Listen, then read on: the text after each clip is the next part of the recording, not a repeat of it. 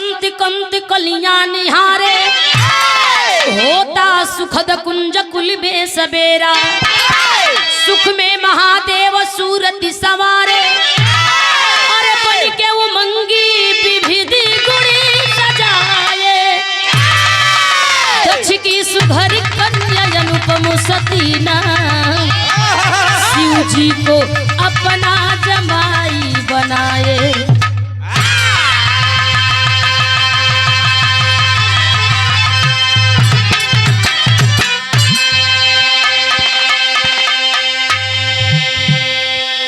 दक्ष की सुघर कन्या अनुपम सती नाम, शिव जी को अपना जमाई बनाए। कहा जाता है बेटी बेटा जही दिन धरती पर जन्म लेलन, स्वर्ग में रिश्ता तय होला। तो स्वर्ग में रिश्ता तय करे वाला का रिश्ता काहे न हुई। दक्ष राजा से बलवान विद्वान धनवान कोई ना रहल। बेटी जब पैदा भइली हो, जेकर नाम बतावल गई सती, सती सयान भइली, बड़ा अंतर हो जाला। अपन बेटी सयान होले, माई बाबू कहे बेटी सयान हो गई, गौवा का लोग कही कि फलाने का बेटी जवान हो गई, माई बाबू कही बेटी सयान हो गई, और गांव को लोग कही कि बेटी जवान हो गई, बड़ा अंतर हो जाला। शिवदानी भोलेदानी दक्ष राजा के दुआरी पहुंचल चाहत हुन। जब दक्ष राजा के बिटिया सती सयान भइली ह, शिव के मने मने अपन पति मान ले हिला। जब शादी होई शिवदानी से होई, नहीं कोई से ना होई। उ दिन आइल जब शिवदानी बसहा का सवारी कैले दक्ष राजा के दुआरी पहुंचल हुन। बिरहा में गजल के भाव है भैया।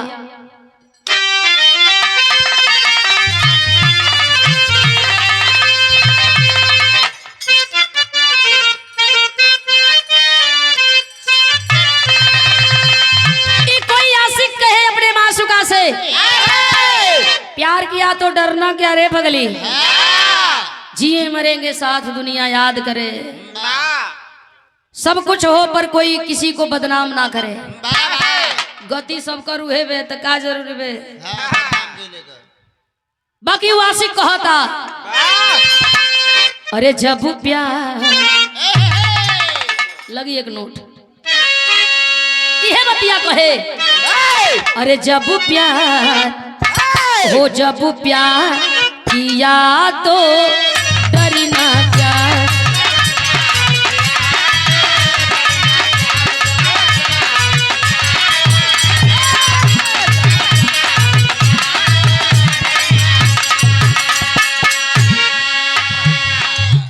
प्यार किया कोई चोरी नहीं की,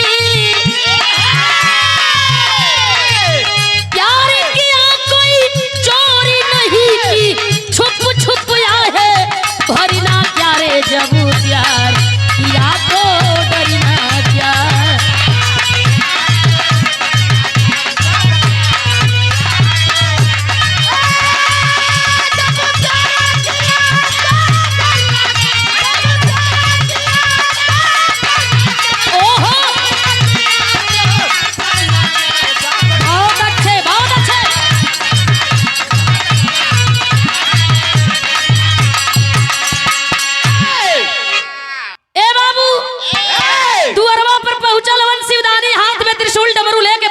सवारी कैले डमरुआ बजा रहल हुन, तड़तड़ तड़तड़ डमरुआ का आवाज सुन के सब लोग जुटल दुल्हा के देखे खातिर।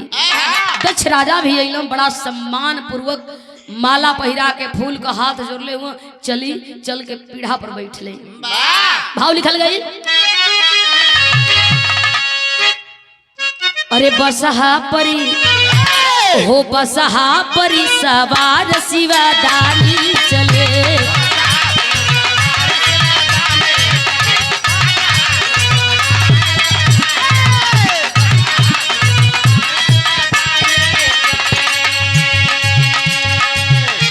की दुआरी मगन हो महेश्वरी,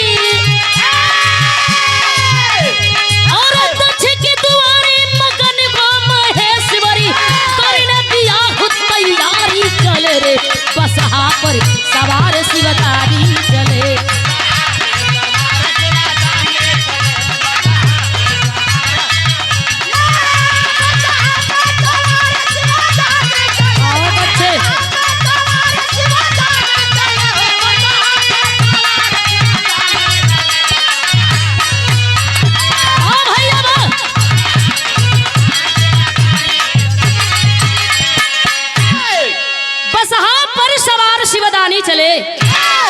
द्वारे पहुंच गईलन परछावन होत बा। माई बहन गीत गारी गावेली बड़ी चुन चुन पातर खोरिया बहोरा फलाने राम आ गईली सुघरी बरात। बहिया धो बैठावा पापा इहे हम दुलरू दमाद। जाके पीढ़ा पर शिवदानी बैठ गईलो। स्वागत सम्मान होत बा, केहू अच्छत मारत बा, केहू कुछ करत बा, केहू गारी गावत बा। शुरुआत में नजम के लाइन से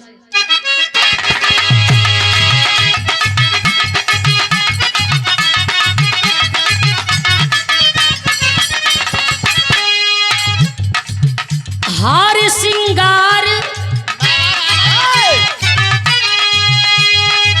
हार श्रृंगार शोभता था सूर्य माला हो होत पर छावन बा मुस्कात डमरू वाला हो।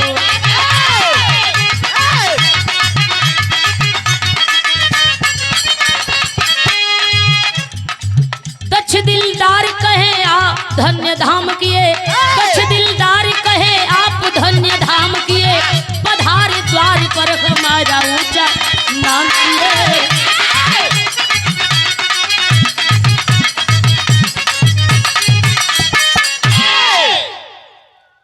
आ गई नी रउआ बढ़िया गई नीचनी। जाके मड़वा में बैठ गए शिवदानी भोलेदानी। और जब भोलेदानी मड़वा में बैठल हुए बाबू, जवन रस्म होले बियाह के जवन क्रिया होला शुरू हो गई। जे जैसे जैसे पहुंचल ओकर ओकर वैसे वैसे जिम्मेदारी बे। अग्नि देवलगे लागल हुन, पवन देवलगे लागल हुन। ब्रह्मा जी पंडित बन के मंत्र बाँचे लगलन। आपन हवन कुंड पर बैठल हवन में घी झोंकत बाड़न, मंत्र बाचत बाड़न। पवन देव अपन हाली हाली सोचलो कि हवा तनी तनी तेज बहवाई दे कि जेकर गर्मी हो दूरो हो जा, अजौन हई कचड़ा कुचड़ी दूरो हो जाओ। हम जाके बैठ के तनी भी हवा देख ले। जल्दीबाजी में तनी से कमवा पवन देव बिगाड़ देहल। शिवदानी फेरा लेत होन, जब तक पूरे ना हो फेरे साथ तब तक दुल्हन का नहीं दुल्हा। ई फेरा लेत होन, ई मंत्र बाचत होन, आउ अपन सफाई में लगल होन। तीनों क्रिया एक संगे शुरू हो। ई कोनो दुल्हा अपने दुल्हन के मनावे कहे संतोष भैया।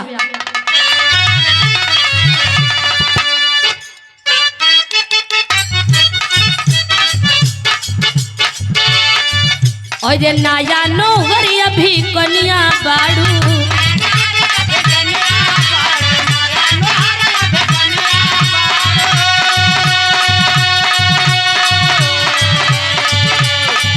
उहे मेला देखे के काहे जिद करतारू।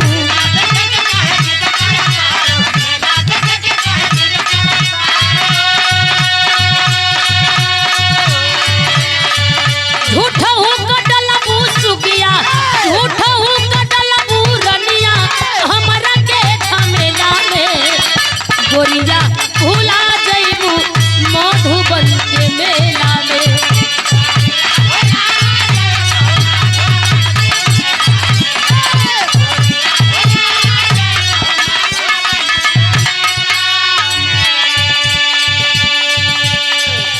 शिवदानी फेरा लेत हुअन।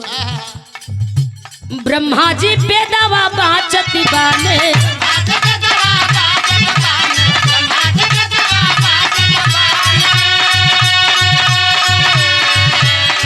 वही शादी में देवता नाचती बाने।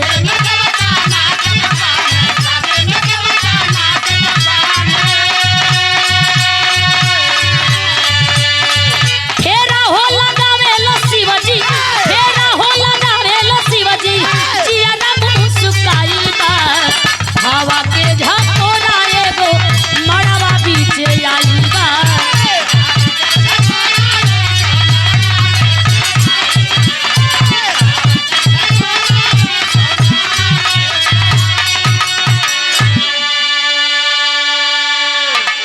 फेरा लगा में शिव जी जिया मुस्काइल बा, हवा का झकोरा एक मड़वा बीचे आइल बा। पवन देव तनी जोर बना देहलन। आ जब जोर बना देहलन तो हवा का एक छोटा सा झटका वही मड़वा में गई। सती का चुनरिया जो रहल सड़क के गिर गई, मुहवा उघार हो गई, लौके लगल। ब्रह्मा जी मंत्र भुला गई, वही सती के टुकुर टुकुर ताके लगल। कल्पना करत हुआ कैले जवन रहनी कल्पना हाँ पूरा कैला सपना पूरा कर तू मनवा के सपना सोच रहल हन कि हेतनी सुगर दुल्हन हमार मिल गई हो करम भाग किस्मत तीनों एक संगे जाग गई हो घूम के तकलो शिवदानी देखत हुई मुलूर मुलूर सती के ताकत हुई इशारा कैला ब्रह्मा ब्रह्मा ई ताकत कहाँ हो ई तो एकदम लौलीन होन मगन होन काम वासना में शिवदानी भोलेदानी सोच रहल हन कि सती के ये तरीका से ब्रह्मा जी देखत हुआ नहीं काम तो ठीक नहीं खे ब्रह्मा का ध्यान तूरे खाती शिवदानी आग बबूला गुस्सा में लाल हाथ में त्रिशूल लेके त्रिशूलिया चलाई दिला जब त्रिशूल लगौल तो गीत के भाव बदल गई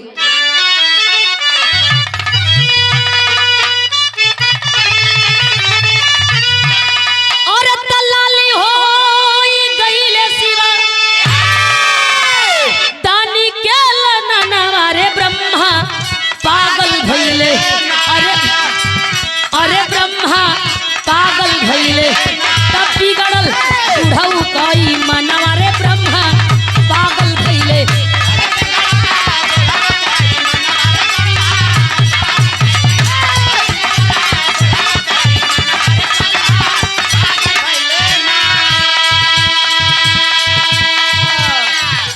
दिहले त्रिशूल शंभु गुस्सा में चलाई कोयल बा विधाता जी के मुड़िया कटाई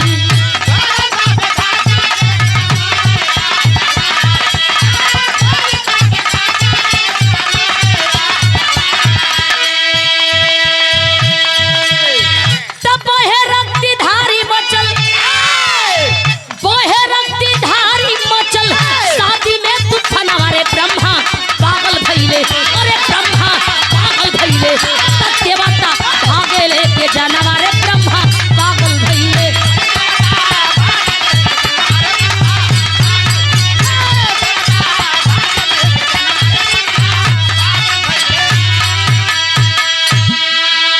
सब देवता उठ के लगलन भागे भगदड़ मच गई भागो भागो ब्रह्मा जी का गर्दन कट गई 4 गो मुड़ी बचल और ब्रह्मा जी बैठल हुए सब अपन अपन जान लेके भागत बा शिवदानी पगला गई भोलेदानी पगला गई केकर कब गर्दन कटे कोनो ठीक ना भागा जान बची बहुत बारात करे के मिली ए बाबू जब मुड़िया ब्रह्मा जी का कटल तो कहल जला कि मुड़िया भुइया ना गिरल मुड़िया जाई के आ शिवदानी के छाती पर सट गई और जब मुड़िया शिवदानी के छाती पर सट गई तो शिवदानी लाचार मजबूर हो के खड़ा हुआ सोच रहल हुआ कि यही से लोग कहेला कि जोश में होश गंवावे के ना चाही जाए महाराज न हमरे सती के देखले होता न तुहर मुड़ी कटले होती आ न मुड़ी आके यहाँ सटल हो ऋषि महात्मा कहलन ये तने ना तो के ब्रह्म हत्या लग गई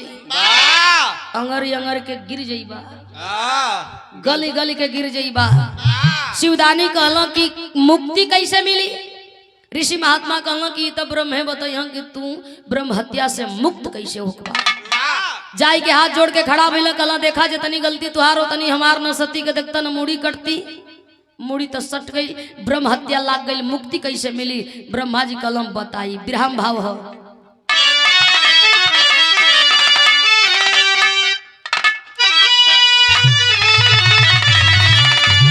पंचानन थे ब्रह्मा एगो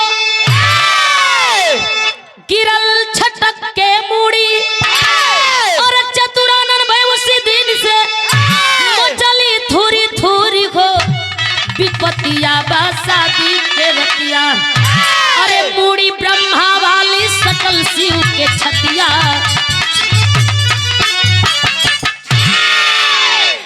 मुड़ी ब्रह्मा वाली सटल शिव के छतिया विपतिया बा शादी के रतिया कलन की मुड़ी तब्बे छूटी जब सती के लेके तीर्थ यात्रा पर जइबा कौनो पाक पवित्र जमीन जगह हुई मुड़िया अपने मन ने छूटी गिर जाई शिवदानी सोच रहल होन हाय रे हमार करम किस्मत सती सोचे जो हमहन के तो ब्रह्म हत्या लागी गई लेकिन तेहू दुनिया में पूजेबे ना जवन तोर आदत बे गुस्सा में सती अपने के भी कोस रहल बाड़ी कि हमार नसीब कैसन में लोग बियाह करेलन जाके अपन खुशी चैन जीवन जियलन आ हम तो तीर्थ यात्रा पर जाई हनुमान बना हम तीर्थ यात्रा लेकर के अपने सती के शिवदानी चलल चाहत हुवन पापड़ के भाव दिहल गई।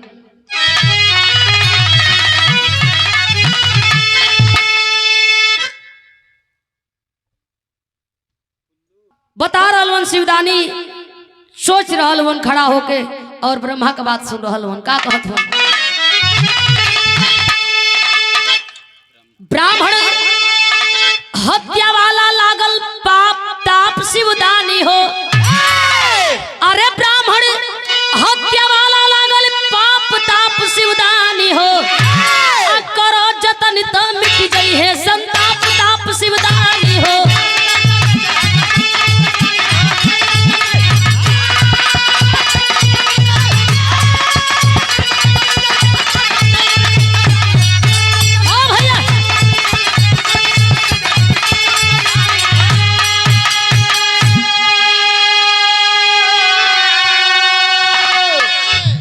जतन त मिट जाई है संताप ताप शिवदानी हो। दुनिया में ऐसा कोनो समस्या नहीं खे जोने के समाधान न हो। तीर्थ यात्रा पर जा मन में पश्चाताप करा ले हरि का नाम हो घूम महारानी साथे तीर्थ स्थान हो। अरे महामंत्र का करा हृदय में जाप ताप शिवदानी हो अब मिट जाई है सब दुखवा अपने आप ताप शिवदानी हो।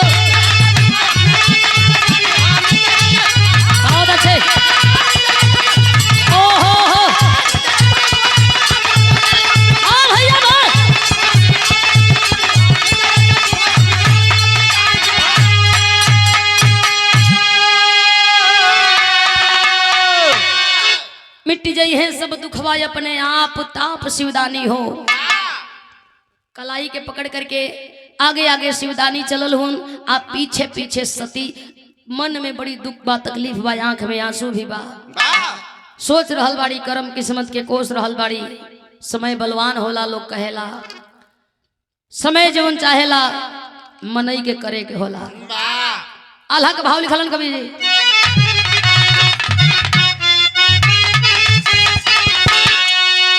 अरे सती सरमाती चलली उहे सती सरमाती चलली त चलल शिवदनिया बाबू।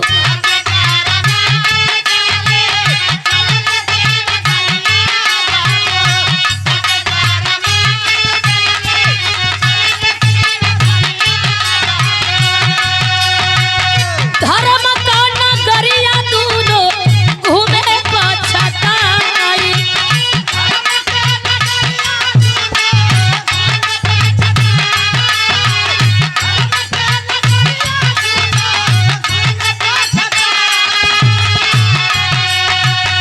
लगली पियास शिवा सती के सुनवले सती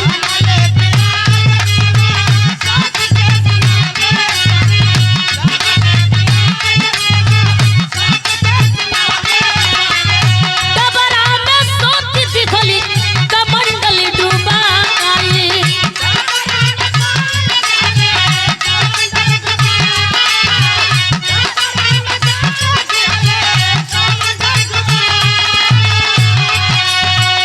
शादी को मुनरिया वही डबरा में गिरी हो गईली।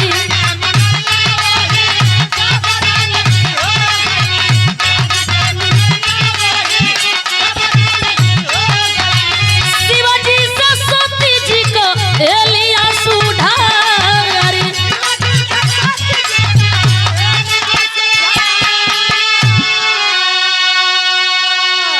चलते चलते शिवदानी अपने सती के लेकर के गईलन कहा शिवदानी भोलेदानी के त्रिशूल पर बसिवा काशी नगरी जहां हरिश्चंद्र राजा भी का गईलन।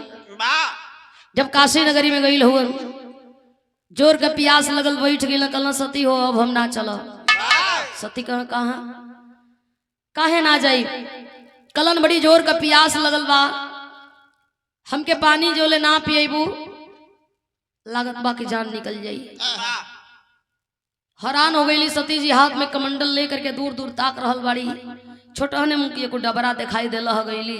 आ जाके वही डबरवा में कमंडल डुबा के पानी खींचल चाहत बाड़ी। सेवार फंस करके मुनरिया सुरका गई। आ जब सेवार फसल मुनरी सुरका के वही डबरा में गिर गई। पानी तो लेके सती अली। शिवदानी के पानी जरूर पियौली, बाकी आंख से डब डब आंस गिर रहल बे। पूछत हूँ शिवदानी को, हो सती पानी लियावे में तनी कष्ट हो गई, रोवत आरू। सती कहे महाराज एक हाथी नहीं खी रोवत कि आप बदे पानी लियावे जाए के पड़ल डबरा से। रोवत एक हाथी वानी शादी विवाह क के तीर्थ यात्रा पर निकल गईली सभे। दूसरे मड़ी का मुनरी रहल, एक के निशानी रहल बिया के उहो ही मड़ियवा में गिर गई। लोग कहेला घर के मारल बन में गईल, बन में लागल आग। यही बदे रोवत ही है कुल सोच के शिवदानी कलन मत रोवा। तो है मड़ी का मुनरी चाहिए ना, चल के मड़ी का मुनरी अब्बे वही मड़िया में खोजत हिला, मिली काहे ना। दू घुट पानी पियलन, अपनिया पी करके शिवदानी वही मड़िया में हेल गईलन। आ जब मड़िया में हेलल हुआ लगल टोवे वही मड़िया में। उ मड़ी का मुनरी खोजत हुआ, नारद मुनि का नजर पड़ल है। लोग कहेला कि बड़ी तेज आग लगाओ नारद मुनि। जय दिन नारद कुछ न पावस, हड्डी फेंक दू कुकुर लड़ावस। सेम ओकर उल्टा आज के इंसान कर रहल है। नारद मुनि हड्डी फेंक कुकुर लड़ाव, ओकर उल्टा इंसान आज करत ह। आज का तो जमाना ही बा कि हड्डियों मनई नहीं खा फेंकत, फ्री एकदम सेवा है, निःशुल्क प्रचार, फलानी ये ढेकानी ये चीनी। ए बाबू नारद मुनि देखला अइला कहला ई का हो। शिवदानी खड़ा हो गेला कहला ई आग लगई हां। गइला जाके दक्ष राजा के यहाँ डंका पीट दिया। कहला कि अब तो एकदम ऊपर उतर गइल हूं। उ तो हिड़त हूं, पानी में हेलल हूं। उ अलगे टेंशन में हुआ, चिंता में हुआ कि हमरे बेटी का कर्म जरी गई। सती खड़ा ही किनरवा पर सिहर गई हूँ। मड़ी का मुनरी टोट वही में बैठल हुआ। जब बैठल हाँ पनिया से जब छुआईल है मुड़िया, बिना कुछ कहे, बिना धरे, बिना छुए अपने मन ने वही माँ उ ब्रह्मा जी का जो मूड़ी रहल गिर गई। ब्रह्मा का मूड़ी जब मड़िया में गिर गई तो अभी मोड़ी का मुनरी नहीं खा खोजती। खड़ा होके सती के तकावत नहीं सती, ए सती हेने ताको। सती का ना ताकब हो, कलम पागल हो, एने तनी देखा हमारे छाती की हो। आ जब घूम के सती जी तकली हो तब ब्रह्मा का मूड़ी है नहीं के हंस देली ठठा के। सोच रहल बड़ी की जाए तो मोड़ी का मुनरी मिले ना मिले। हाई मुड़ी तो छूटल, शिवदानी भी हंस रहल हुन, दोनों जानी खुश हल वही मड़ी का घाट पर। शिवदानी भी हंसत, वो सती भी हंसत है। विरह का आखिरी भाव लिखल गई है।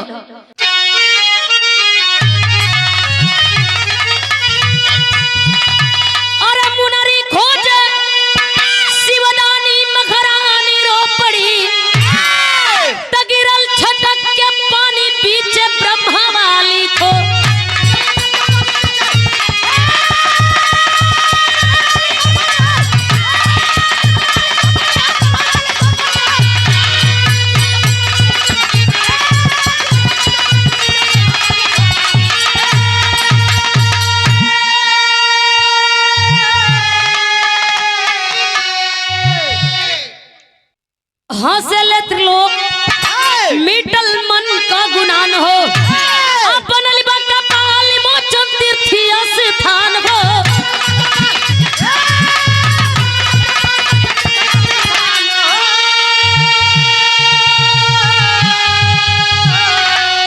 अरे मंदिर बनल पावन लागल पुण्य कछड़ी, गिरल छटक के पानी बीच ब्रह्मा वाली खो।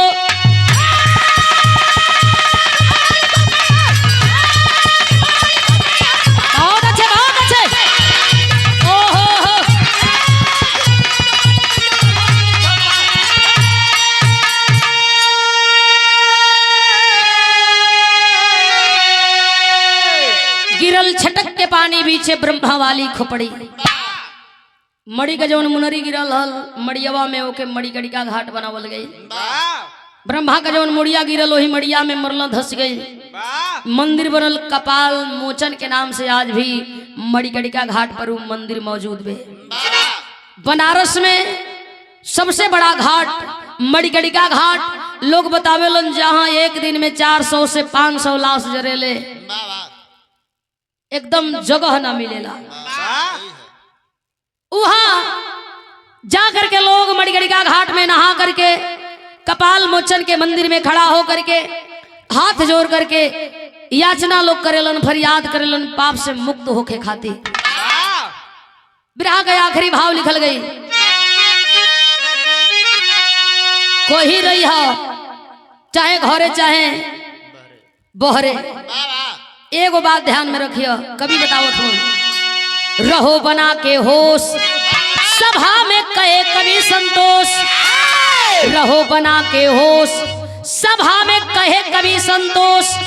अरे विपत्तियां बात शादी के रतिया, अरे विपत्तियां बात शादी के रतिया।